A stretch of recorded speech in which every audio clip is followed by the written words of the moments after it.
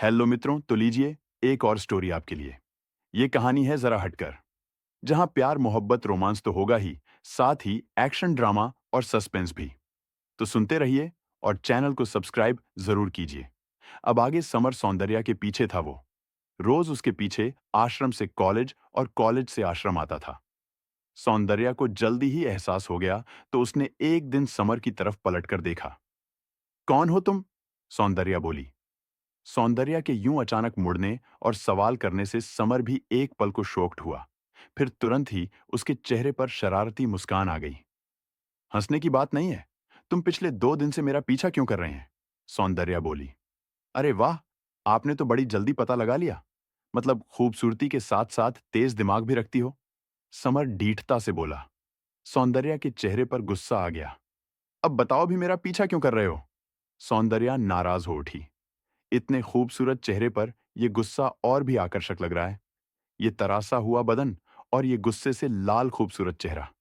जी कर रहा है कि अभी के अभी चूम लूं इन होठों को। समर बोला। अपनी हद में रहो बदतमीज लड़के। सौंदर्या ने गुस्से से उस पर हाथ उठा दिया। समर ने उसकी कलाई पकड़ ली। आपका ये अंदाज पसंद आया? समर बोला। क्या चाहते हो तुम? क्यों पीछा कर रहे हो मेरा? सौंदर्या हाथ छुड़ाकर बोली। आपको चाहता हूं। प्रेम हो गया है मुझे आपसे, और आपको अपनी रानी बनाना चाहता हूं। समर बोला। देखिए, आप जो कोई भी है, मुझे माफ कर दीजिए। मेरा ऐसा कोई भी इरादा नहीं है, और ना ही मैं ऐसा कुछ चाहती हूं। सौंदर्या बोली। पर मैं चाहता हूं, इतना काफी है। समर बोला। देखिए, प्लीज समझने की कोशिश कीजिए। मेरी जिंदगी में पहले से ही कोई और है। सौंदर्या बोली। तो भूल जाओ उसे, और आज से सिर्फ एक नाम याद रखो, समर।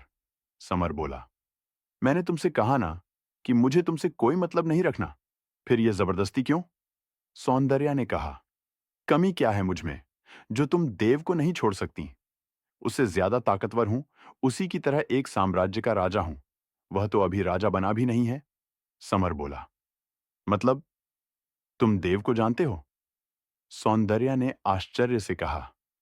बहुत अच्छी तरह से। दुश्मन है मेरा। मैं तुम्हारे देव का चचेरा भाई हूं, श्यामल भेड़िया साम्राज्य का महाराज। उससे योग्य हूं, उससे ताकतवर हूं। फिर तुम उसे छोड़कर मेरे साथ क्यों नहीं आ सकती? समर बोला।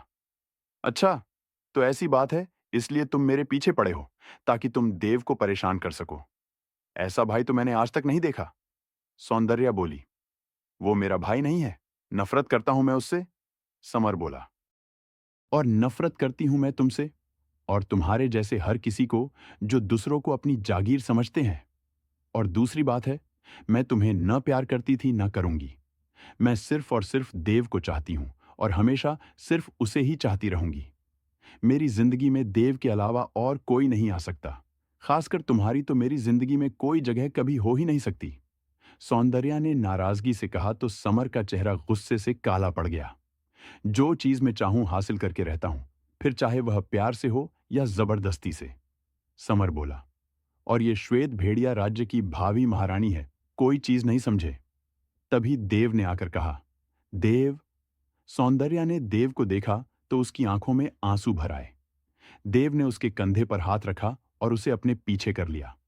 खबरदार, जो आज के बाद तुम इसके आसपास भी दिखाई दिए, तुम्हारी जो भी लड़ाई है, जो भी दुश्मनी है, वह मुझसे है।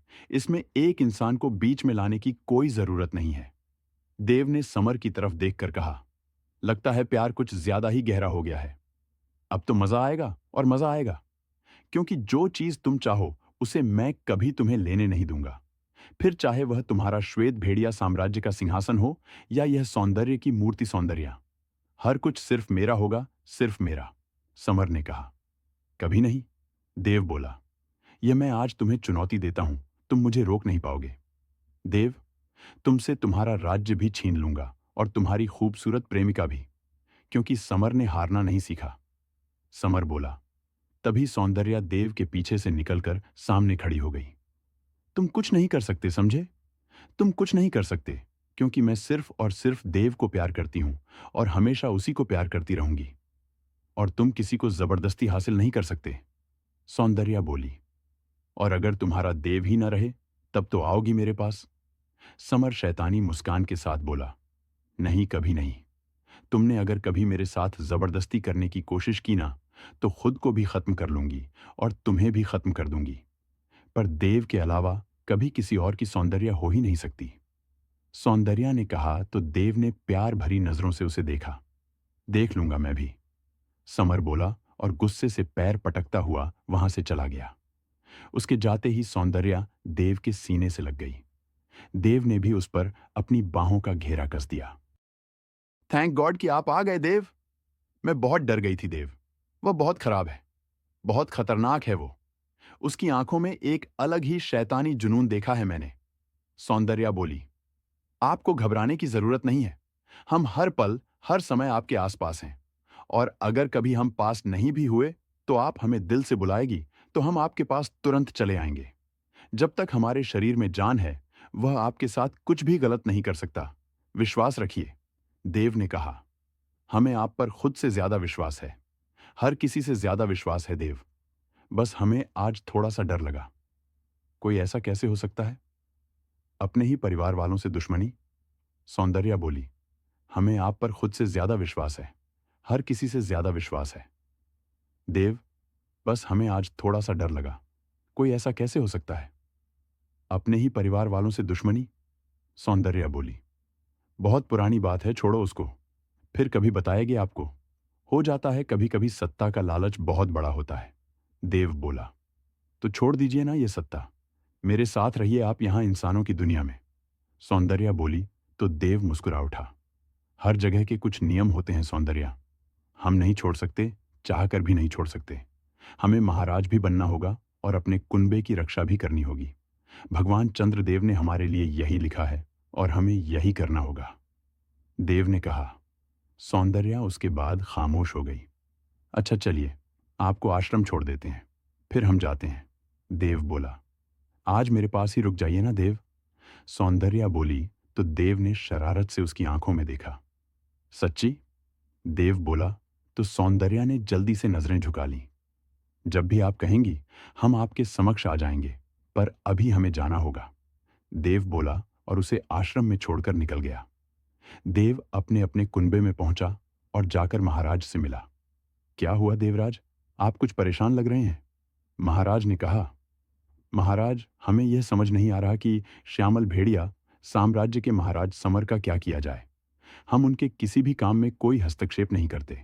हमारे राज्य अलग हैं, हमारी सीमाएं अलग हैं, फिर वह क्यों नहीं अपनी हरकतें कभी भी छोड़ते, देवराज ने कहा। शांत हो जाइए युवराज, हम जानते हैं कि वह गलत है और यह उनकी अकेली गलती नहीं है। उनको संस्कार ही ऐसे दिए गए हैं, उनको सीख ही गलत मिली है। उनके पिता और उनके पिता की मां ने उन्हें गलत सिखाया है, तो वह गलत राह पर चल रहे हैं। आप बस अपने अपने साम्राज्य और अपने कुनबे पर ध्यान दीजिए। इन सब की रक्षा का उत्तरदायित्व आपके पास है। आपको उनके बारे में नहीं सोचना है और कोशिश कीजिए कि उनसे आपका सामना ना हो, महाराज बोले। आपकी हर बात मानते हैं हम महाराज, और हम कभी भी जानकर उनका सामना नहीं करते, पर उनके इरादे हमें कुछ ठीक नहीं लग रहे। हमें ऐसा लग रहा है कि वह कुछ बड़ा करने वाले हैं, देवराज बोला तो महाराज ने उसकी तरफ देखा। आज उन्होंने सौंदर्या पर कुदृष्टि डाली और हमें धमकी दी कि वह हमसे हमारी हर चीज छीन लेंगे, चाहे यह सिंहासन हो या फिर सौंदर्या, देव ने कहा। यह गलत है, वो गलत राह पर है, पर हम उन्हें नहीं रोक सकते। आप अपनी तैयारी पूरी रखिए, क्योंकि हमने भी ऐसा ही सुना है कि अंदर ही अंदर वह कुछ तैयारियां कर रहे हैं। वो हो सकता है शायद हमारे राज्य पर कभी हमला कर दें या कुछ और भी। आपको सतर्क रहने की जरूरत है युवराज, महाराज ने कहा।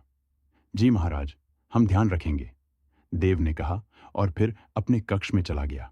दिल और दिमाग समर और उसकी बातों में उलझा हुआ था। उसे सौंदर्या को लेकर भी बहुत ज्यादा चिंता हो रही थी। बस सौंदर्या को कोई नुकसान न पहुंचाए, वो बाकी हमें हमारी चिंता नहीं। जल्दी ही सौंदर्या को यहां ले आएंगे, उसके बाद वो सुरक्षित रहेगी, देव खुद से बोला। सौंदर्या का आश्रम। सौंदर्या भी आज समर से मिलने के बाद से परेशान हो गई थी। उसके मन में भी एक अनजाना सा डर आ गया था कि कहीं समर कुछ गलत ना कर दे। वह जानती थी कि देव के होते ऐसा कभी नहीं होगा, पर फिर भी वह एक सामान्य इंसान थी और उसे नहीं पता था कि देव की शक्ति और सामर्थ्य कितना है। हे भगवान, सब सही रहे। बहुत मुश्किल से मेरी जिंदगी में कुछ खुशियां आई हैं। मैं जानती हूं कि देव सामान्य इंसान नहीं है, पर वह जो भी है, जैसे भी हैं, मैंने उन्हें दिल से स्वीकार किया है और मैं उनके साथ खुशी खुशी अपनी जिंदगी बिताना चाहती हूँ। सौंदर्या भगवान से प्रार्थना कर रही थी। भगवान, वैसे भी बचपन से मुझे कुछ नहीं मिला। मुझे नहीं पता कि मेरे माँ बाप कौन है और मेरा परिवार कौन है। ना जाने कौन मुझे यहाँ आश्रम की सीढ़ियों पर छोड़ गया था। तब से यह आश्रम ही मेरा घर है और यहाँ के सारे लोग ही मेरा परिवार। पर मैं अब अपना परिवार चाहती हूँ, मेरा और देव का परिवार, हमारा घर, हमारे बच्चे। प्लीज भगवान, ऐसा कुछ भी मत होने देना जो मुझे मेरे देव से जुदा करे, वरना मैं जी नहीं पाऊंगी। देव है तो सौंदर्या है, वरना कुछ नहीं।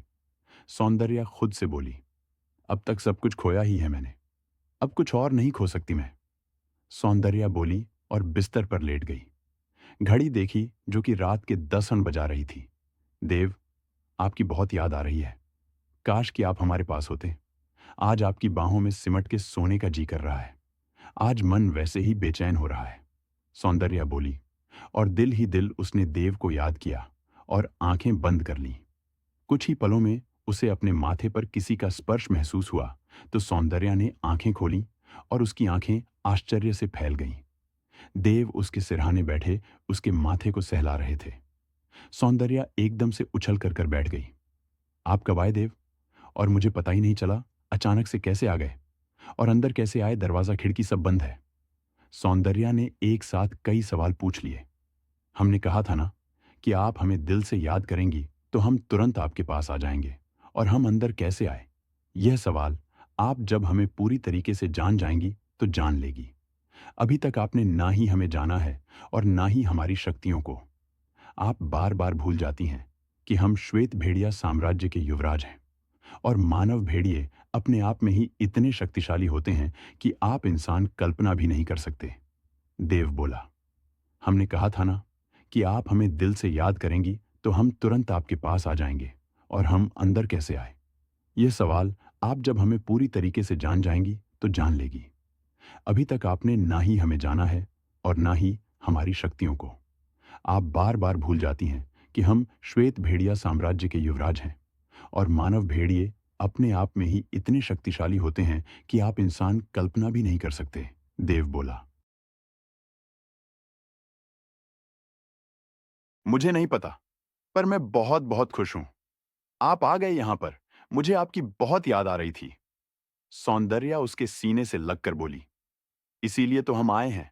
आप हमारे लिए बेचैन हो और हम ना आए, ऐसा कभी हो सकता है क्या? देव ने उसके माथे पर अधर रखकर कहा। कुछ पल दोनों यूं ही एक दूसरे की करीबी को महसूस करते रहे और फिर सौंदर्या ने देव की तरफ देखा। आप चाहे तो जा सकते हैं देव। आप बेवजह ही मेरी वजह से परेशान हुए। सौंदर्या बोली। अब आए हैं तो आज तो वापस नहीं जाएंगे। आज आपके साथ ही रुकेंगे हम।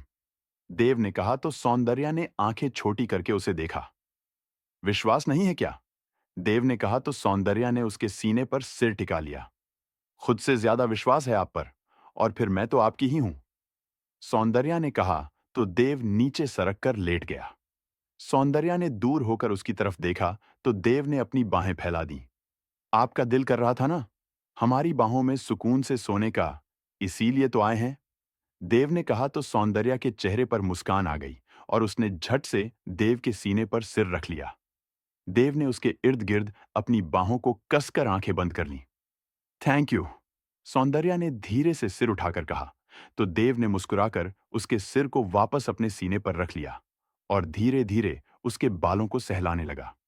देव की करीबी और प्यार भरे एहसास ने सौंदर्या के दिल का डर और आज की घटना एकदम से निकल गई और वह सुकून की नींद सो गई। पर देव की आंखें खुली हुई थीं। जानते हैं हम कि आज आप बहुत ज्यादा परेशान हैं।